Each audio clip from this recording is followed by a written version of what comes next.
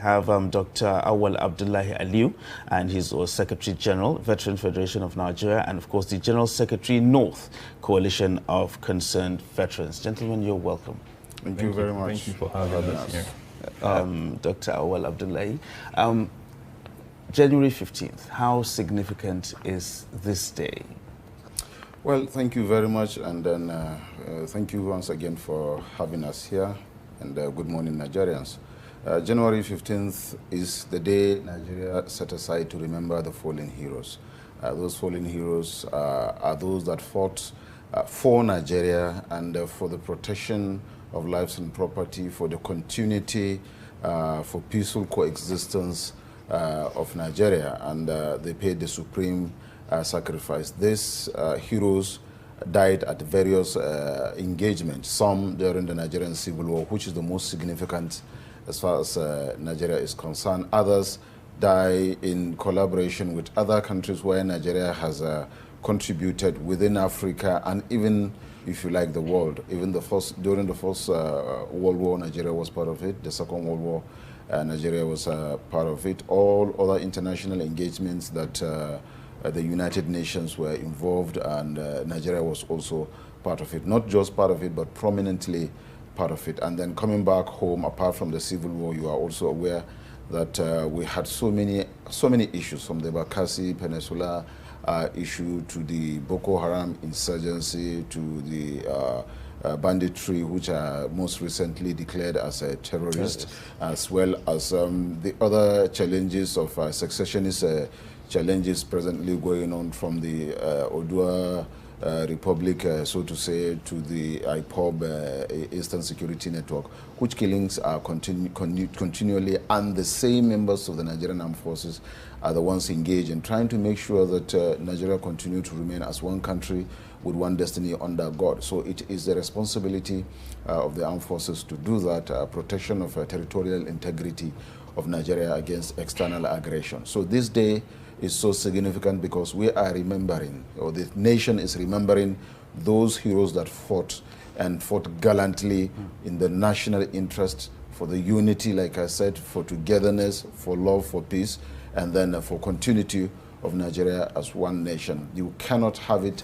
better than you are doing it. Though it could be better, but you cannot just forget these fallen heroes for their contribution to the nation, and also the significance also of what they did is what is making us sit here today and we are discussing it. Otherwise, without the performance and the contribution of those heroes whom have fought and then paid their supreme sacrifice, we wouldn't have been here. But that is not to say that we, the living ones, are also supposed to be celebrated. We are as well being celebrated. If you go, the President and Commander-in-Chief would personally lay the wreath of honor and respect to the fallen heroes, and also goes to all the other senior government officials, as well as the head of the security agencies, that is the service chief. So it is an issue more like trying to say thank you for what you have done, thank you for being part of Nigeria's peace, unity and development, and thank you for keeping the country together. Not only also that we celebrate the dead ones among us, like I said, the living ones also needed to be celebrated and also needed to be recognized. Today is supposed to be a day of pronouncement for the welfare and the well-being of those of us that are still surviving. If you go out there, you find a lot of us that have fought and then or served and left this job, or have fought in various engagements. Most of us are bedridden. Some of us are, cannot are on wheelchairs. Some have various kind of sicknesses, and then so the welfare and well-being of the living ones also is very paramount and very important for the government to look into. Okay, all right. Okay. So, Dr. Awwal, motivating factor that brought most of you to service, the love of the country, patriotism, the need to serve your country. And I remember when we were younger, I mean, if you could take a poll of like 10 kids when we were growing up and you ask them what they wanted to be, like 8 or 9 will say they wanted to be soldiers. Absolutely. You understand, because of the prestige that came with being a military person.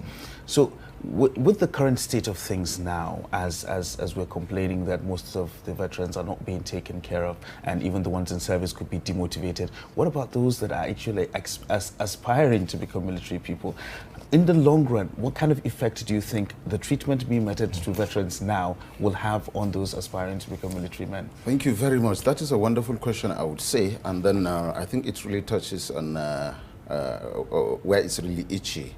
Right now, all those that want to become members of the Nigerian Armed Forces are doing that not because of the interest of the nation or patriotism, but they are doing that because there's just no work to do. So it's just like the only option that we're having, and that is the only sector that is employing open employment, and then people are going in.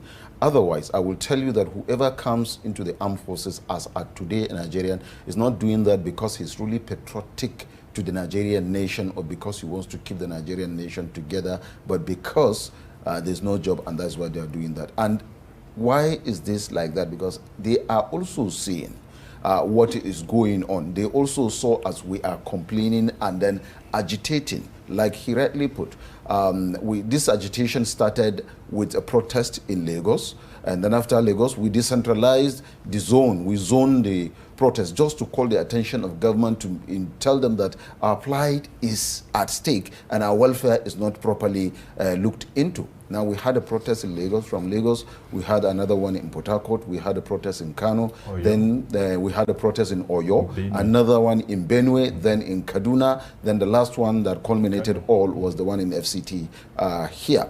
Now, what, like you asked, the present situation, there's what the Veterans Federation, for example, is an initiative of the Defense Headquarters. And then it was to bring all together all veteran associations. We have about 16 Veterans Associations recognized by the Ministry of Defense and then the Defense Headquarters. Out of this Veterans Association, bringing them together to speak with a voice under what is called the Veterans Federation of Nigeria. The world over, it is only in Nigeria you have what is called the Nigerian Legion.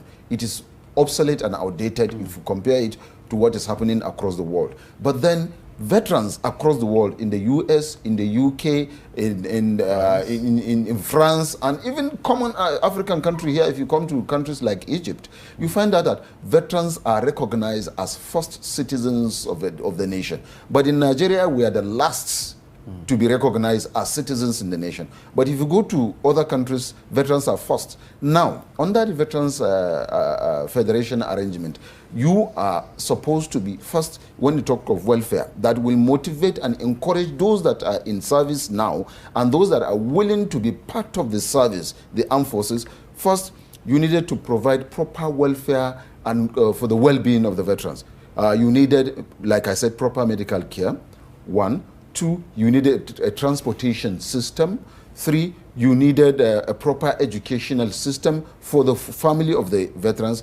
3rd, you needed housing, proper housing for these members. And also coming to the widows, those that have lost their husbands or their breadwinners. Both the widows and the children of the fallen heroes are not properly taken care of. You needed to provide them, the widows, with skills acquisitions that they would use in taking care of themselves. But in the Nigerian situation, that is not the case. Like I said, instead of being first-class citizen, like in other countries across the globe, as a retired military personnel, the retired military personnel in Nigeria is seen as the last citizen. When you move, there is an adage in the Hausa, they will say, Allura Soja Tamusa. That is, you are being seen as a madman because of the treatment. The way you behave, you are not happy with the system, you are not happy after serving, you've lost some part of your body, or you lost people who lost their breadwinners, like I said, are not properly taken care of. So you behave as if you don't know what you are doing, or behave like a madman, and that is what is being, the Nigerian retired military personnel is being recognized or addressed as today. So that is one aspect of it. The other aspect of it, like you asked, if there's a motivation for those that want to be members of the Nigerian Armed Forces, tell me where the motivation is. We are seated here. We are complaining. Ours is even possibly even better, because possibly the way we are seated, you might be looking at us, but why are they complaining? Look at the way they are sitting. Go outside there and see those that are not looking the way we are looking right now. When you see, you shed tears. You feel sorry for them. You feel sorry for a country like my colleague rightly said, with the President and Commander-in-Chief is a retired military personnel. The Minister of Defense is a retired military personnel.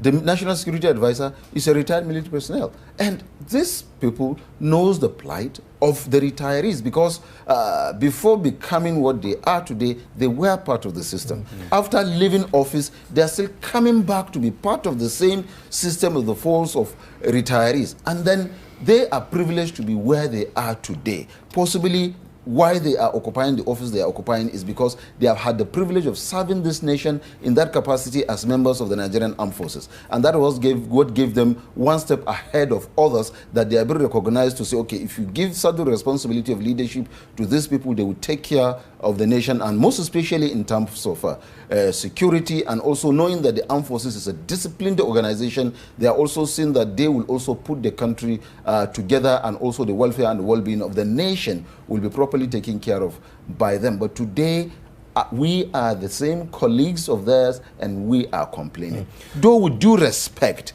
and recognition and appreciation to the President and Commander-in-Chief Muhammadu Buhari, why I said so is we were made to understand there's nothing that had to do with the armed forces that is taken before him that he has not approved. But along the line is where we are asking questions, and that is where the challenges are coming in from.